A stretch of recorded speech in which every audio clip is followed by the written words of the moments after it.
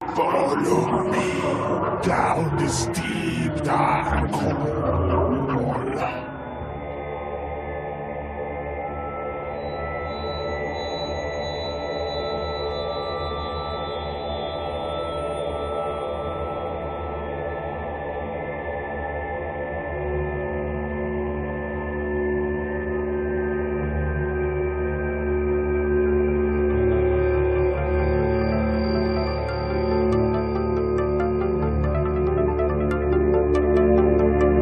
Welcome to New Horror Express, your monthly podcast looking at the latest in horror as well as chatting to the best breaking talent the genre has to offer. In this month's episode, we have a jam-packed show for you. First of all, I will be looking at two new horror releases.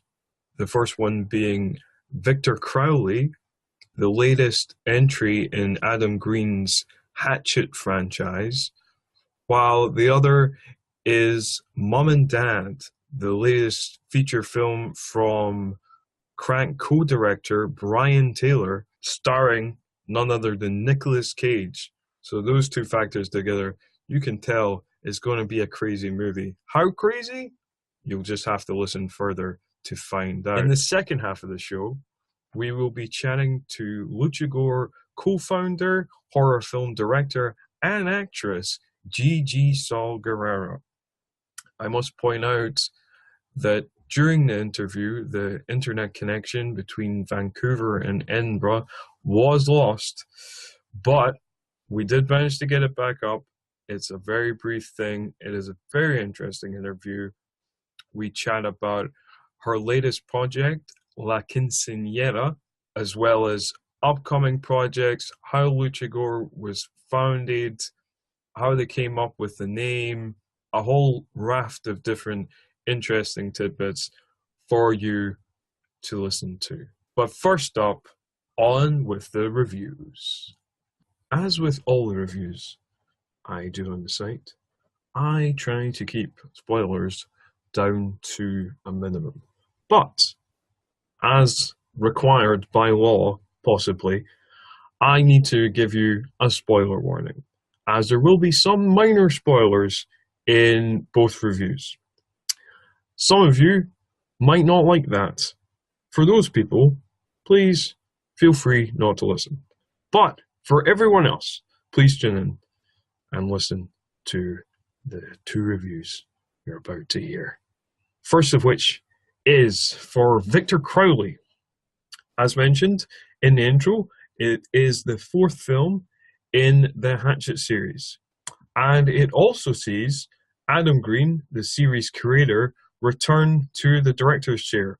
Even though he has written all four films, he did not direct Hatchet 3. Not that that particularly matters, as Victor Crowley largely ignores both Hatchets 2 and 3, taking us back to the original, following the story of the alleged sole survivor of the original film, Andrew Young, played by Parry Shen.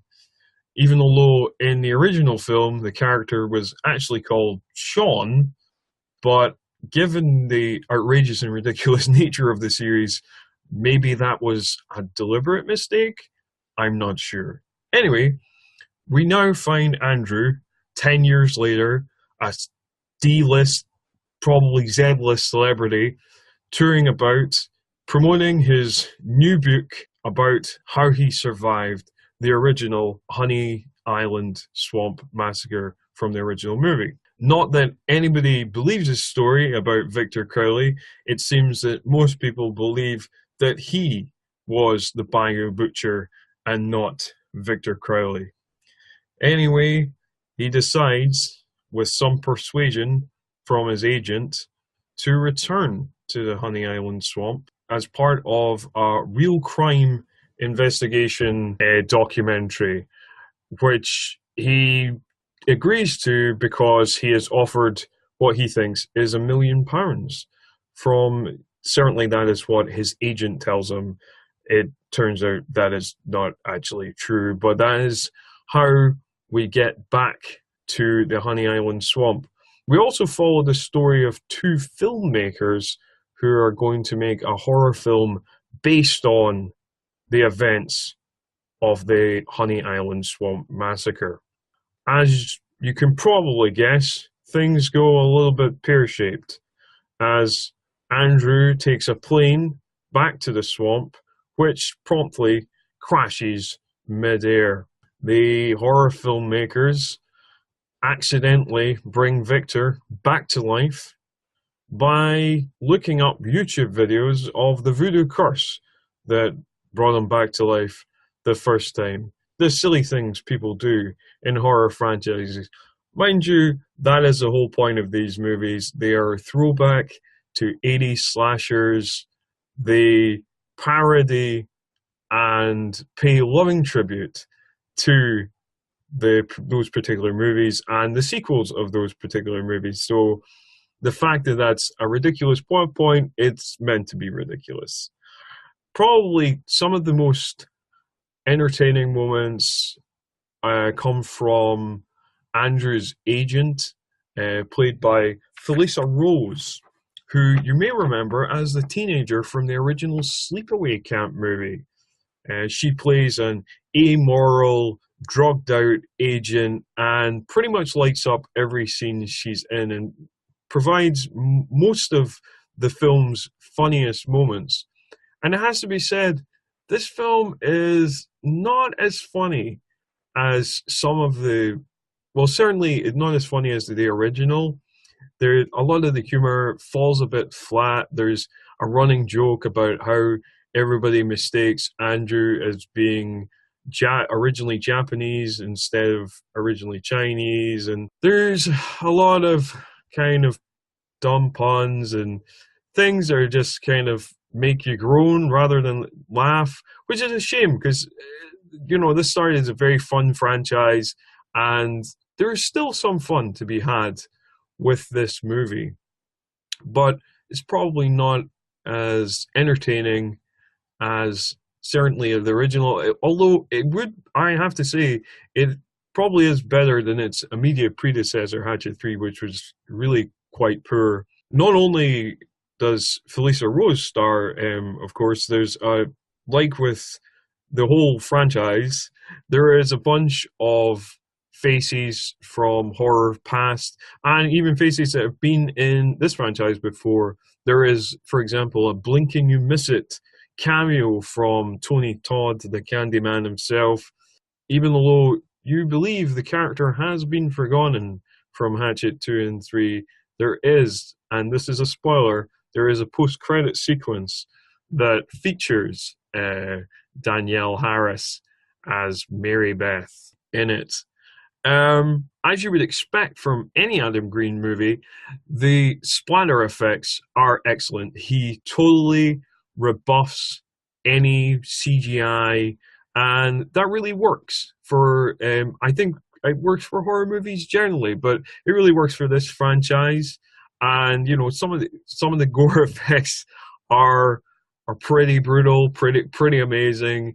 You know, there's lots of slicing and dicing and decapitations and fountains of blood everywhere. And, you know, fans of the franchise will lap those aspects up, I don't doubt. And even, you know, I was entertained by them for the most part as well. But overall, the story is quite weak, and as I mentioned before, it doesn't hit the funny notes in the same way that the original did. And yeah, I mean, it just kind of, it plods along. You know, the pacing is, it doesn't feel like a fast movie. There's moments where there's a lot of talking and the movie kind of grinds to a halt. And, you know, once the horror kicks in and once we're being chased around the woods by Victor Crowley, that's the fun part of the movie. But there's a large part of the movie that, you know, we're stuck in this crash plane, and we're watching the cast bickering back and forward, and, you know, all that stuff's not very interesting. And it certainly might be more interesting if the level of acting was better. But yeah, it's not it's not the best level of acting. You'll see. I mean, for a low budget horror movie, it's on par, But overall, it could have been trimmed in that respect, or just which is odd because it is only an 83-minute movie. It might sound like I'm being really down on this film. I'm not really down on this film. I think that there's been very few kind of iconic slasher villains to appear in the, the last couple of decades.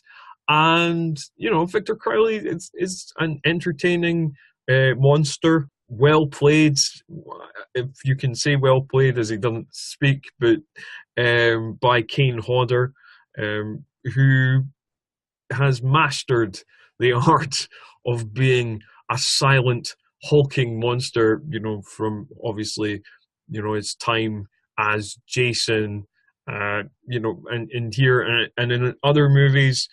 And I'm sure he'll be just as entertaining in the upcoming Death House, which has been labeled the Expendables of horror. But anyway, back to this movie. Overall, if you're looking for something on a Saturday night to pass a little bit of time that has excellent splatter effects, it's certainly passable in those regards. But overall, not the greatest of movies.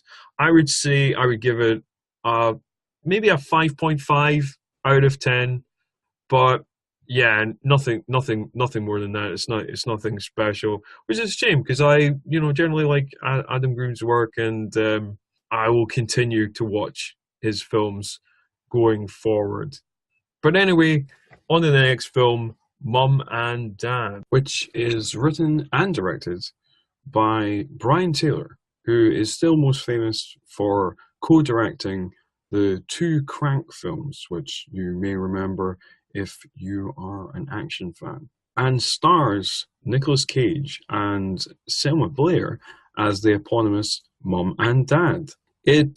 I've received somewhat mixed reviews when it premiered in the States, but it also, to be fair, seemed to win over audiences when it made its premiere at the Toronto International Film Festival. The basic premise is that mums and dads across America have suddenly, due to possibly a virus, possibly some sort of weird transmission, who knows, have turned on their children and have gone feral and want to kill their kids. Only their own kids, though. They don't want to kill anybody else, just purely their own progeny. This is certainly an interesting premise, and in better hands, certainly in better writing hands, this could have been more interesting and complex than this film is, but there is a lot of fun to this film. That said, the initial setup isn't that promising. It seems to go through a variety of family sitcom cliches. We have Nicolas Cage as the man going through the midlife crisis. We have a bratty teenage daughter.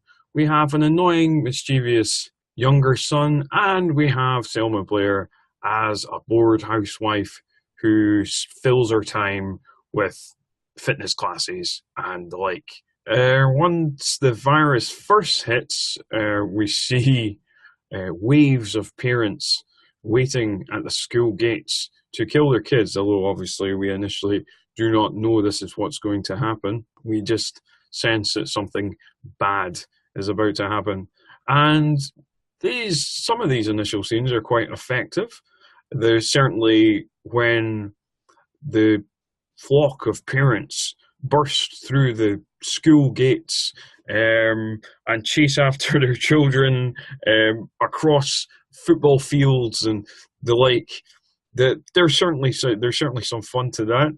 But in the first half of the film, there seems to be a lot of confusion with the filmmakers in terms of tone, of how dark do they want to take this? How much horror do they want in this movie? Is this a knockabout movie that's playing all this violence for laughs? Is it cartoonish, or is it a gritty movie, something that's trying to make social points and make points about family dynamics or something like that? And it never quite settles on a tone initially. It goes back and forth of how dark it wants to be and how silly it wants to be. There's moments, even there's a particular moment in a delivery room, a hospital delivery room, where one of the characters, the Selma Blair's sisters in the movie, is delivering a baby, and there's a very violent scene there,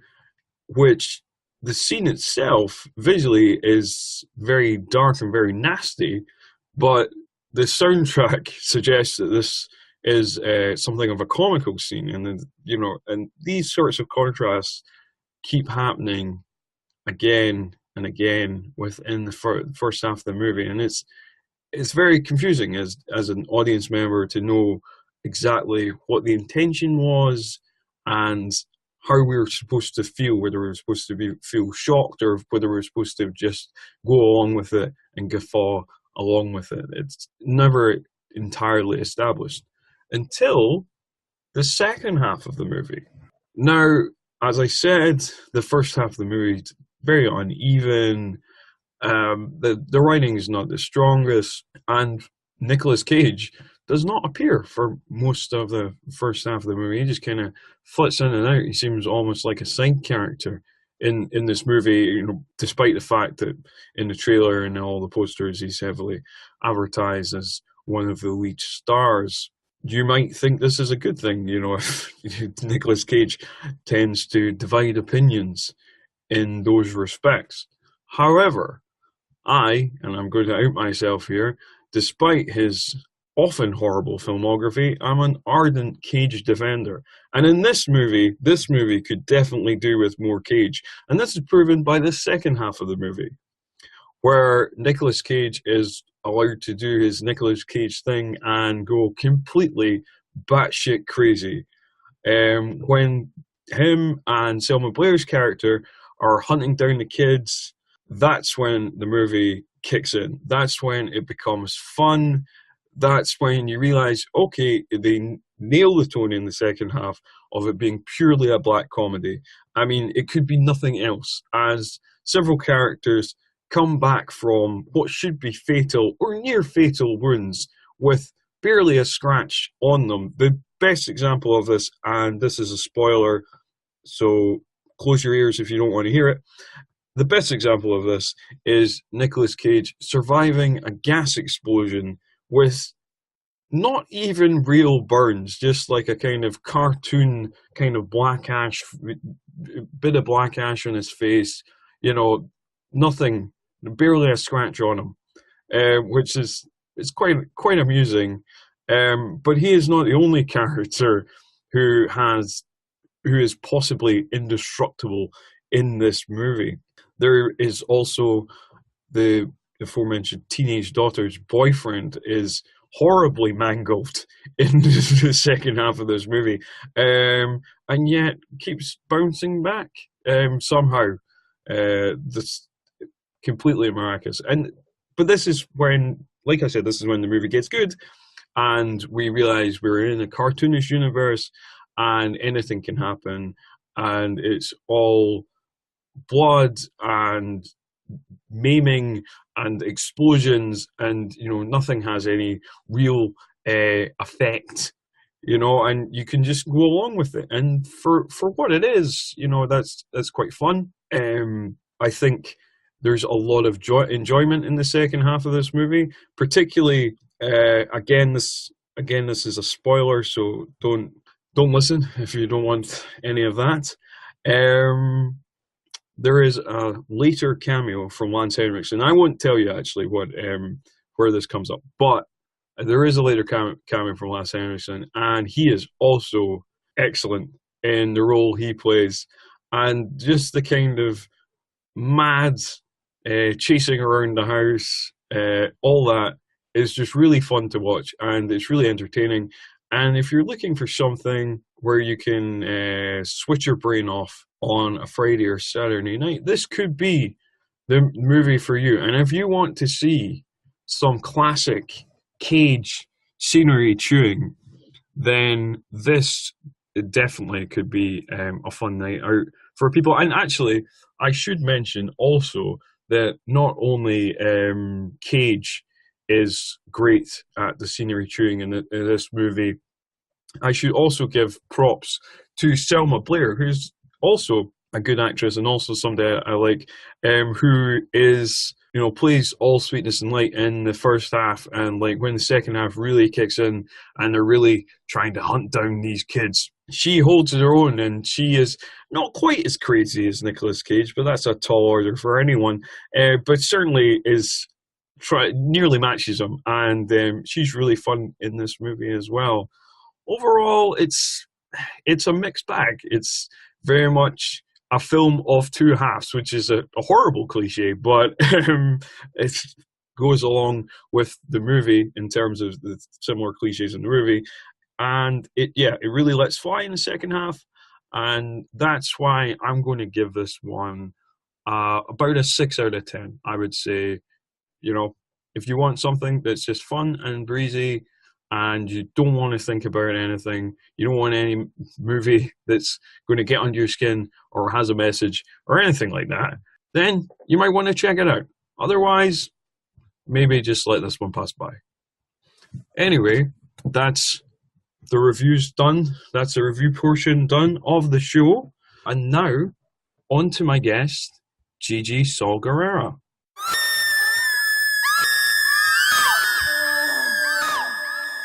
Well, hello, Gigi. It's nice to meet you. Welcome to New Horror Express. Thanks for having me. Nice to meet you too. It's no problem. I suppose the obvious talking point to start with is your latest web series that you've done, La Quinceanera. Is that right? That was really good pronunciation, man. You get like 5 gold points right there. Thank you very much. So that's something you've been doing.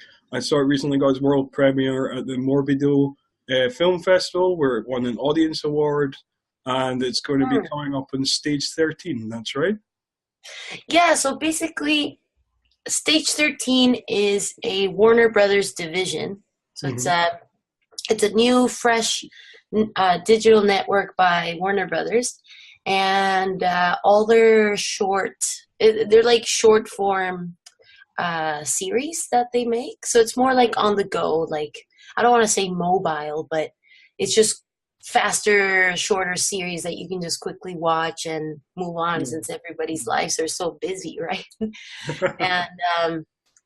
And as of right now, our show has bigger news than expected. That's as much as I can tell you, from just airing online. So in the first quarter of this year, we have some really big announcements to share about La Quinceanera, and I'm super excited. Like, I can't even express to you how excited I am and surprised of how things ended up turning out. So it's gonna be super great. It's going to stream in a digital platform. I just can't really say where yet. You can't really give any details right now. Yeah, not yet, but very soon. Like, I'm really excited. So I think the world's going to love it, and I'm pretty sure Luchagore fans are going to be super excited about it. It's very different from everything we've made. It's got more story. It's very dramatic and gory at the same time. Like, it's still the Latin horror we are known for, but it's just more in depth, and it's 7 episodes, and we really went hardcore on it, and I just can't wait for our audiences to see this one. Yeah, it does seem like, from the trailer I saw of it, and one of the early reviews from the film festival premiered that seems to be the word, that it is a bit different. It's a bit more psychological. It's a bit maybe less harsh than graphic than some of the stuff you're known for. Would that be right? Yeah. It is a lot less graphic, a lot less gory. We focused a lot more on the storytelling aspect through character development. So, it was a good learning experience that you don't always have to show all the gore. It really can be just as scary when it's in your mind, right? Like when it's the less you see, the more you imagine, right? Yeah. And the topic is already very delicate because it has to do with narcos, from our country, from Mexico. It has to do a lot with that kind of violence towards women. So it's already a very, delicate thing to portray. But at the same time, my goal was to not just be about that. Like it's about the strength of becoming a woman. Like that's what the story really is about, and defending for your family. But the situation that these characters are put on is stuff you unfortunately see in Mexico and in the world in general. So I can understand why you would have to portray that in a more sensitive style rather than some of the grindhouse stuff that you've done in the past. Very much. Yeah, exactly. And also it takes place during a girl's quinceanera, which is a very big tradition for us Mexicans, right? It's when a girl turns 15, so it's the night she becomes a woman. So La Quinceañera, the show, still portrays so much of our culture and so much of the richness of family and our morals. So yeah, you're right. I had to be very careful in my choices because I could potentially offend somebody, right? But I mean, we live in a world that everybody's offended by everything now. So you kind of have to get used to just expecting the unexpected, right? Yeah. That's something that's interesting. Do people get offended by your stuff? All the time. Because, it's a lot of your horror is very hardcore, and also it's blood, it's guts, it's babes, and as a woman yourself, do you get any blowback or pushback from women saying like, is that a good thing, or is that something you just ignore? You know what? That's a good question. I get asked similar stuff all the time, and like with this whole movement about women in film and not enough female directors and all that, I don't want to say I ignore it, but I have to just keep working hard for myself, right? And I have to accept that the situation is a little bit harder for me as a female. But I can't let it get to me. I can't complain about it. I have to just keep going. I have to push myself.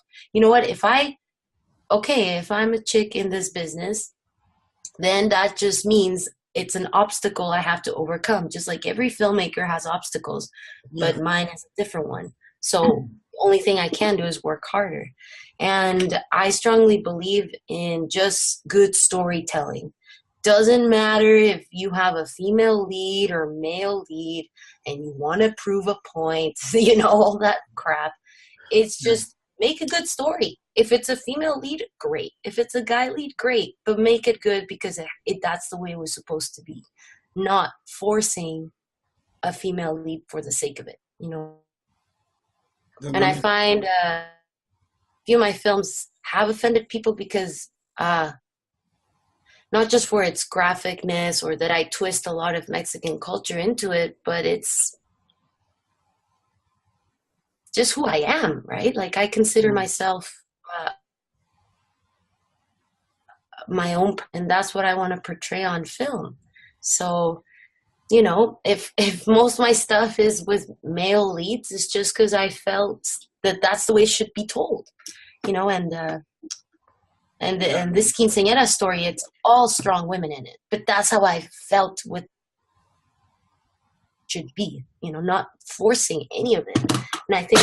And I think that's where things get more successful when things become more organic on a story and they're not forced a certain way. Yeah, to fit into a certain agenda, just let the story grow kind of naturally.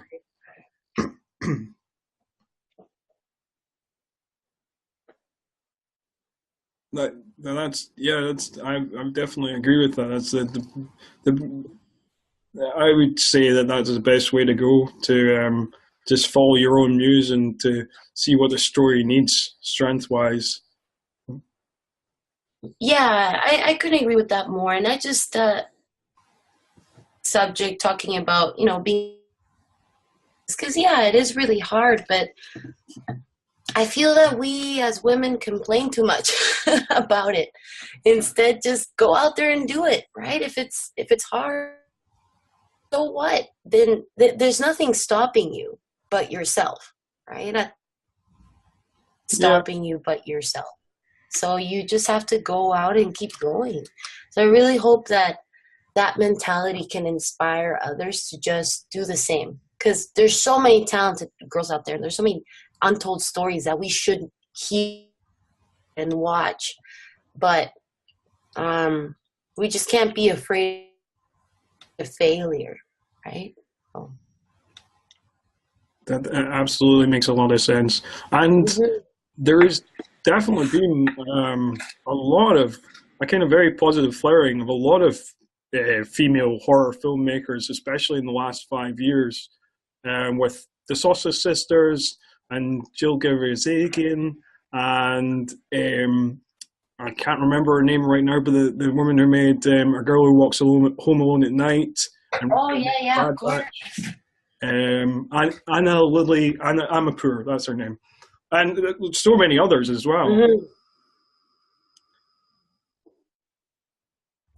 Agree more, and I think that's the beauty about social media too. The way we can meet people now, it's so much easier, and just how to connect with other filmmakers. We are very lucky to live at this time, because I have that. If it wasn't through Facebook and Twitter or Instagram, I wouldn't know any of them. I think, for example, Jill, who's super, super talented. I've only met her in person once, and that was after having her on Facebook for 3 years. Like, I think that's the beauty of it now. You can support others and meet others just through social media. It's so great. It's so great. And not only that, but genre community, like the horror community, is the best. It's the most passionate fans. Like, at the end of the day, we're all fans of the same thing, but horror just has the best and most dedicated fan base there is. So it really is such a great community to be part of and find out everybody's work around the world. So I love it. Yeah, and there definitely seems to be more and more. As a big horror fan myself, obviously there seems to be more and more horror film festivals popping up all the time. Yeah, that's here true. in the UK, where I'm based. Yeah, there is a lot more, not just more genre festivals, but also they're being a lot more recognized. Like now, entering Sieges or Fantasia, Fantastic Fest. Like now it's an actual big deal. It's like, wow, it's like Cannes for horror, Like people actually really recognize it. And I think that's a huge step for genre. That's great.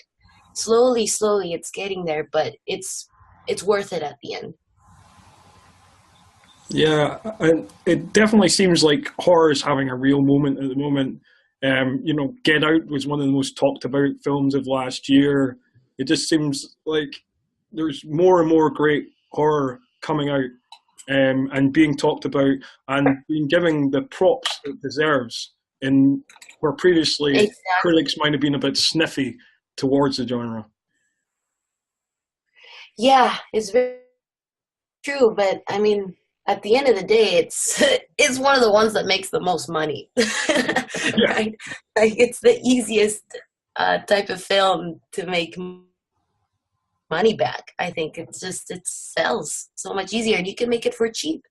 So yeah, absolutely. I was while doing some research for this interview, I was looking on your website, and I was surprised that you were only founded in 2013. As you seem to have been, Luchagore is a name I seem to have heard for a long time now as a horror fan, and even some of your shorts, like possibly your most famous short, El Gigante, I felt like I saw that like a while back, but again, that's only 2014, and you've really seemed to have marked a place out for yourself in the horror terrain in what is actually a very short time, or roughly. Yeah, no, it really is that short of a time that we've come out in the world. It was just straight out of film school. We were like, you know what, we should do this. Like, it also was really inspiring, feeling a little bit like the underdogs in school for Luke Bramley and myself. We were the only ones super into horror and the only ones wanting to do that in our class. Everybody was suicide films, like comedy, like the usual, right? Yeah, and it was really tricky because nobody wanted to work on our projects for some reason. I don't know why. I think horror is super cool. It was really hard to post. I think being put in a position like that with not really having much help made us want to make it more, you know? So for our film school project, one of our graduation projects, we did a show called Choose Your Victim, a web series where the audience can vote who dies next, and we pick how. Like, people would submit their deaths and we would pick the coolest one, and that's what we would shoot. Yeah. So it was a really cool idea, and we finished the show and didn't sleep for 4 months to make it happen, but everything we had to learn by making that little show. It's on our website too. You can tell it was the first thing we ever made. It's got its flaw a bit, but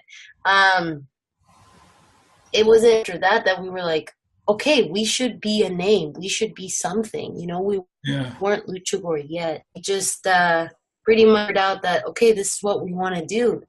So from there, the first official Luchagore short was our first viral hit in 60 seconds. Yeah. And that just helped us. And then I always highly recommend to so many people starting out, just do videos that are trending. At the time, there was a local competition of making a fake trailer. And at the exact same time, the new Dead was coming out. So it was kind of like, okay, everybody's talking about Evil Dead. We should make a fake trailer to Evil Dead.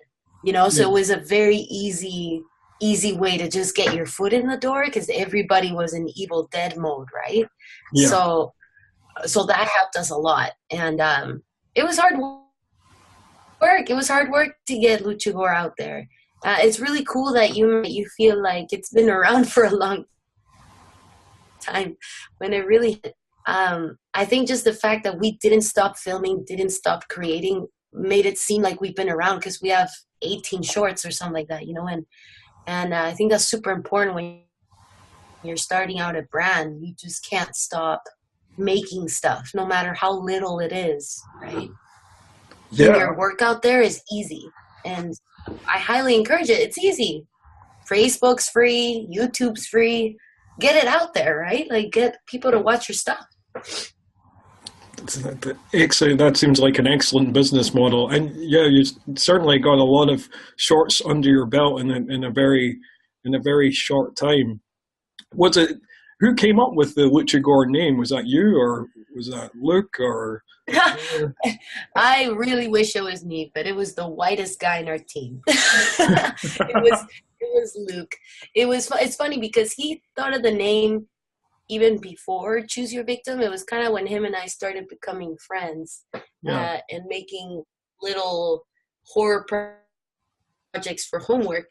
And he was like, I remember it clearly during theory class, which was a super boring class. He just like tapped on my shoulder and was like, hey, I have a name. I was like, okay, what is it? He's like, what do you think of Luchagore? Because he's like the pun master. That's what we call him because he's really into dad jokes, like bad Right. ones. So Right. when he tells jokes, they're very enthusiastic, right? So he's like, Luchagore. And I was like, what? And he's like, instead of luchador, it's Luchagore, right? And I just looked at him with a shut up face. And I totally told him, I totally said, that sucks. And I turned around and kept doing my You work. totally hated it at first. I totally hated it for 2 years until we made Evil Dead. And I was like, okay, we need a name. Or just before Evil Dead, I was like, okay, we need a sick name, right? We can't be just YouTube name, right? And I asked him, I was like, hey, Luke, what was that name you said 2 years ago in class that I hated? And he's like, oh, you mean Luchagore? And it just sparked in my head, like, Luchagore Productions. That's it. Great job, Luke. I love it. That's what we'll be called. And I swear he hated me for 2 days. He was like, he hated me for 2 days. He was like, what? But, it's a really good name. I don't know why I didn't like it, but I think it's a perfect name. Yeah, I think it's a great name as well. As somebody who both likes wrestling and horror, I think it's an excellent name. Thank you. Yeah, I'm a big fan of luchador. Luchadores. Like I'm a really fan. My dad would always take me to see those matches when I was a kid back in Mexico. I loved it so much. So El Gigante, I think, is the best representation of our work. It really feels very luchador, like very visceral Latin horror. So I always tell people, if you really want to know what luchador is, El Gigante definitely is the one to piggyback on, right? And check us out with. Yeah, in this stage, it seems almost like your mascot. It's this kind of your symbolic character. Yeah, it totally is. It totally is. I even love the guy. His name's Dale. He's made our website and a lot of our online press. Yeah. And even when you go to our website at luchagoreproductions.com, instead of the little colorful wheel for the waiting, right, when something's loading. Oh, there's a little Street Fighter luchador guy. It's a little dancing luchador, like an 8-bit luchador. Awesome. Yeah. It's like the perfect. Oh my gosh. Sorry, I don't know why I brought that up, but it makes me super happy every time. This is a very cool feature on your website, so this is fair enough to bring it up. Thank you. It's okay. Well, I think a lot of people will probably be wondering, if they are into your work, if there will finally be an El Gigante feature movie at some point. So, Oh man, that's still our dream, thing we want to fight for. But at the end of the day, the reason why we haven't been so lucky in making it is I think we want too much money for it. But I think a movie like that deserves a good budget. The world building in just a short film was a lot of work. And it's our most expensive short yet. So I think if it's worth the wait, we'll just have to pull a Martin Scorsese on it, right, and make it till there's an opportunity, because we could have made it. I think we could have made it last year, but it would have been with not even half the budget of what we would hope for, which is still very little. And then we would settle for something so small and potentially risk the project, right? When it could go full potential and full insanity. Of course. Yeah, so right now we actually we've been working for 5 months with our writer Shane on on a new script, on a new feature that we actually just finished last week. So, Wow. yeah. So, And can you reveal anything about our that? goal? Yeah, I can talk a little bit about it. So our goal is to make a feature regardless, but a much cheaper one that we can just go ahead and make it on our own, even if we don't get funding for it. So it's more based on resources we have for free, locations we can get for free, using minimal actors, like 5 or less, like that kind of deal, where we can just literally go out and make something great.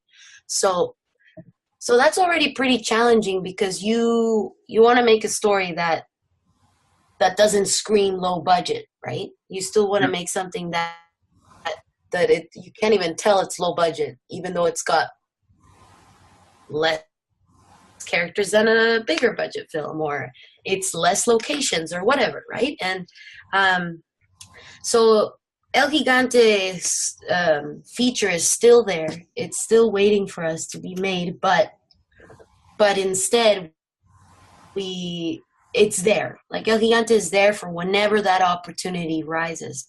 Yeah. But it's just easier to make something cheaper, because the thing is that a lot of filmmakers don't know, and I didn't know, it's actually really hard to get funding for a feature when you don't have a feature. So here's $3 million for El Gigante. It's not that easy, because they're like, okay, where's another feature? Where's can make something good, right? Yeah. So this is also a feature that we wrote that will be that window to help us get funding for bigger projects. We need it, and Rainer started, our other co-founder, Rainer started this hashtag that's no more shorts, because we have way too many when we could have made a feature by now. But you know what? Making shorts is a great practice. It's a great practice, gets you back on your feet in a quick turnaround, and you have a story to tell right away.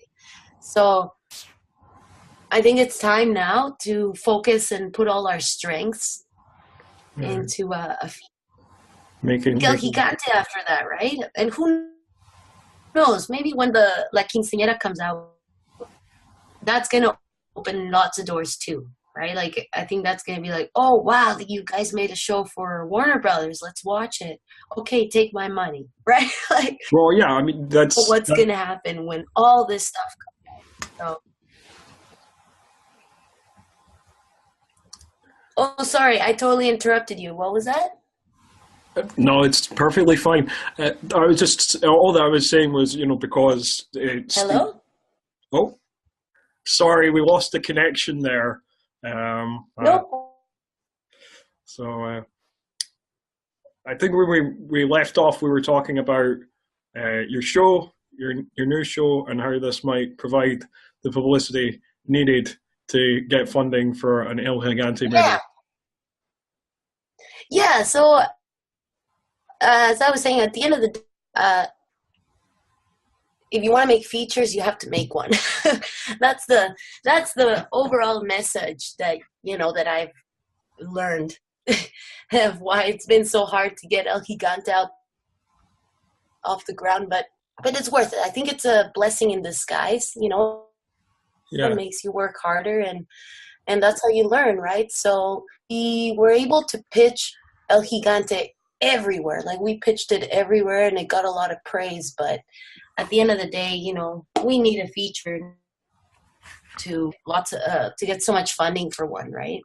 Some people get lucky, there's some people just discovered in different ways. We got discovered by Warner Brothers, to make a series, so it's not too bad. So we just have to make a feature regardless right now. So the working title is just called Toxic. I hate the title, but that's because we don't have one yet. So we're just calling it Toxic for now. And is there any connection to the plot there, or is it that just the name you gave it for now? Oh no, there's connections. That's why it's such a bad title, because it gives away literally everything. or it doesn't give away anything, but it's like, it's too like, here's what it's about, kind of title. You want something less on the nose. Less on the nose, a little more creative. But for the first time ever, we don't have a title right away. For some reason, like everything we've made, we've had a title like, it's going to be called this, and it's going to be about that, and we just know. But this one, like, it's a tough title because it's like, we want it to be so interesting. But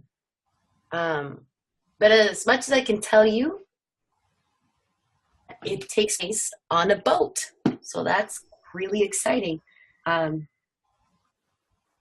it all takes place on a boat, like 80% of the movie.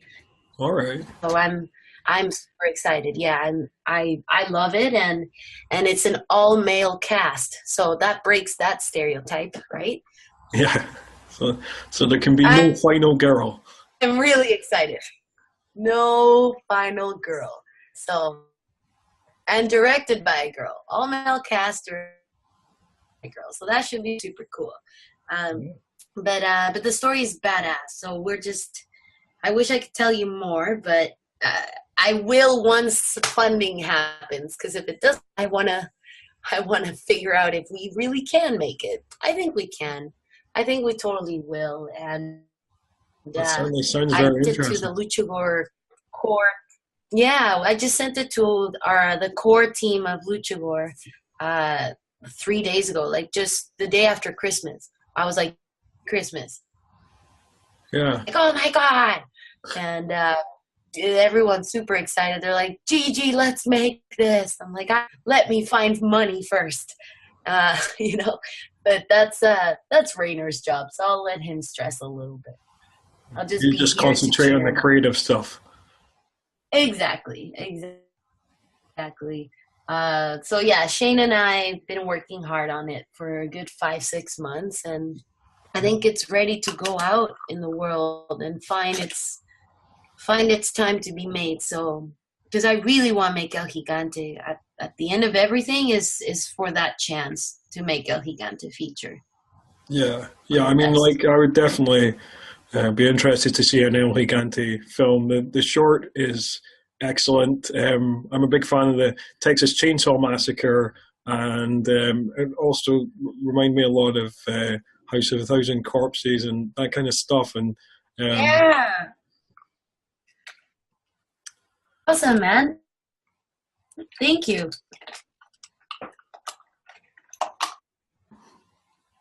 Well, I think we've covered most of what I was planning to talk about today with you. So I will wrap it up now. Is there anything you want to, in social media, you want to shout out for like listeners so people can find you? I mean, I'm sure most people know where you're at, but just in case. Yeah, sure. So people can totally find Luchagore Productions on Instagram, Twitter, Facebook. We're always posting new stuff, and definitely, I want people to stay tuned for all the insane Quinceanera announcements coming up in the first quarter of the year, which is super soon. And I'm so excited. I don't think people understand my excitement, but it's because I think people listening to this will be very understanding how excited you are. Yeah. And I'm excited for you. Yay! Thank you. No, I really can't wait, and I think it's going to be available in countries than I expected. At first, I thought it was just going to be the U.S., but it's actually going to be way more. So that's awesome. And as for anything else, we're always making stuff, and the Capcom game that I was writing, I've delivered everything just before Christmas, so hopefully I will be hearing from that game at the end of this year. Everyone will know what I was making for them, so I'm really excited about that too. That sounds very exciting. You've certainly got a lot of talents the director, game designer, actress as well. You got a bunch of credits. I recently saw a very entertaining trailer for a film called Puppet Killer, which I see you're in. Yeah, thank you. That was a lot of fun, that film. I had a really good time and made some really nice friends out of that movie too. So I hope it comes out soon. We shot that a while ago, so I don't even think I look like that anymore. But but it should be really cool to watch that soon. I'm glad that the people who put it together were able to put it out in the world. Like I completely understand how hard it is to get something off the ground, right? And just make everything so independent.